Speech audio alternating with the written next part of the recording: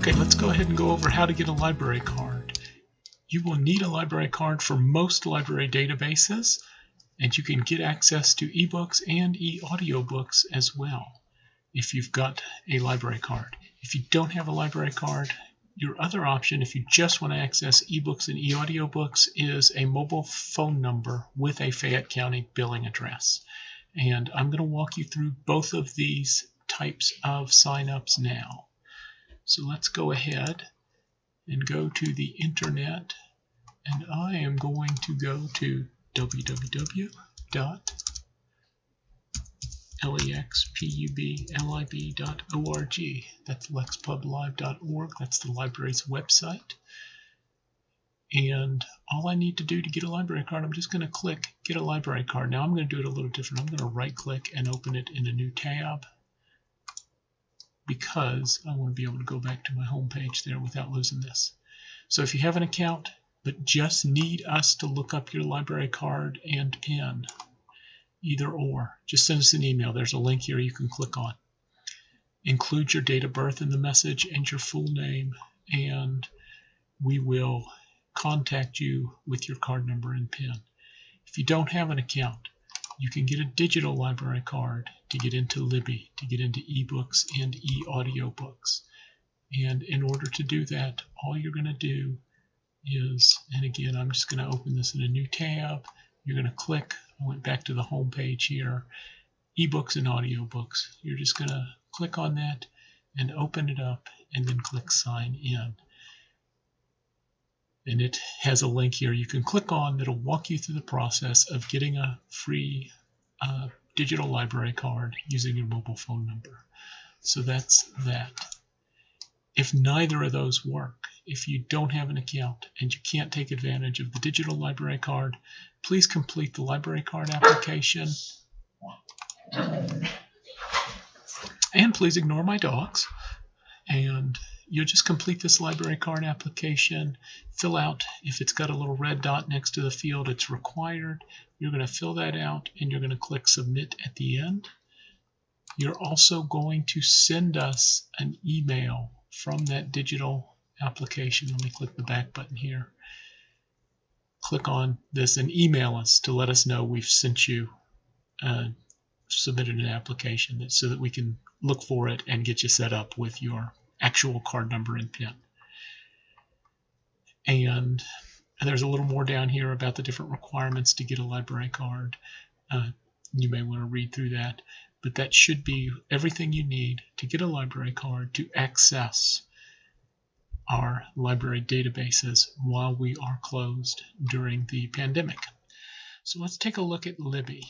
And here we are. So I've actually got, I'm on my shelf, I've got an item I recently checked out. And let me pop over here to a search, and I'll also bring up an item just to click borrow to show you what you're going to see. So I can borrow this book, Unequal Affections, for 14 days. I can change that to 7 if I want. It tells me what card it's coming out on, and I just click borrow to borrow it. I'm not going to do that. If I do borrow it, it's going to send it to my shelf. It'll be checked out to me, but it's not downloaded or on my devices or anything yet. It also will give me the option, if I borrow, to just keep browsing and then manage my stuff at the end. So I'm not going to actually check that book out because I don't want it. I just wanted to show you what screen's going to come up. And I'm actually going to go ahead and go to my shelf where I do have a book I've checked out, Curtis Sittenfeld, eligible, and it's due in 14 days. I've already clicked Read with Kindle. This is where I could have chosen the type of book, EPUB or Kindle. EPUB is a Libby book, so it actually asks if you want to read it on Libby or read it in Kindle. So I chose Kindle, and if I go over to my web browser, when I choose Kindle, internet's running very slow, so I actually pre-opened this one. But when I choose Kindle, it sends it to Amazon and asks me to sign in to get my book. And all I need to do is click Get Library Book and have it delivered to the device of my choice. In this case, it's my second Kindle. And that is the process of getting your book. So let's go ahead and I'll send that, and it says, yep, it'll be delivered next time you sync. And that is that. So that's the process of checking the book out. If I wanted to return it early, I can just come down here, manage learn, and click loan and click return early, and it's going to handle it in the background. And now actually, if I've never downloaded that book to my Kindle to start with, it's gonna not let me download it, which is fine. I didn't want to read the book. I just wanted to show how to check one out. Hi everyone, this is Jonna Walden with the Lexington Public Library. Do you know that Ancestry.com has opened up its library edition for home use? If you go through our website, you can access Ancestry for free, and I'm going to show you 3 ways of how to access Ancestry Library Edition off of our website. Our website is lexpublib.org. Okay, so the first way, you're going to go to Collections, and you're going to go, oh, let me try that again. Go to Collections and go to Databases. Now, if you have used our databases before, this will look very familiar to you. Do take time to stop and look at some of our other databases that we have to offer. Lynda.com is a very popular class, mostly dealing with tech problems, tech issues.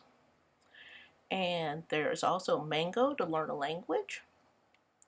There is Ancestry Library Edition. You will need to put in your library card number and your PIN number, which is usually the last 4 numbers of your primary phone number, and click Log In. And it will take you to Library Edition of Ancestry.com. Okay.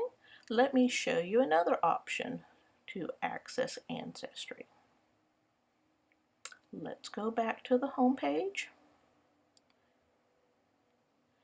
And this is the current website. And if you scroll down, there's our popular databases to look at there. But Ancestry Library Edition is right there. And again, it takes you to their main page. Let me show you a third way to access Ancestry Library Edition. So we're going to go back to Collections, but now we're going to go to Genealogy and Local History. So this is our Kentucky Room page.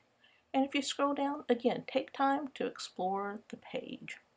There's the digital archives. The Kentucky Room has been hard at work scanning materials. There are history lessons, tales from the Kentucky Room. There are walking tours of downtown Lexington. And then we get to some of our other databases dealing with genealogy. Some of these do require that you have a library card. Find a Grave is just a website that you can access from anywhere. Do take time to look at the Local History Index. It is an index of the Lexington Herald. And then you can click on Ancestry Library Edition, and again, it takes you right to the page. You will need your library card number and your PIN number.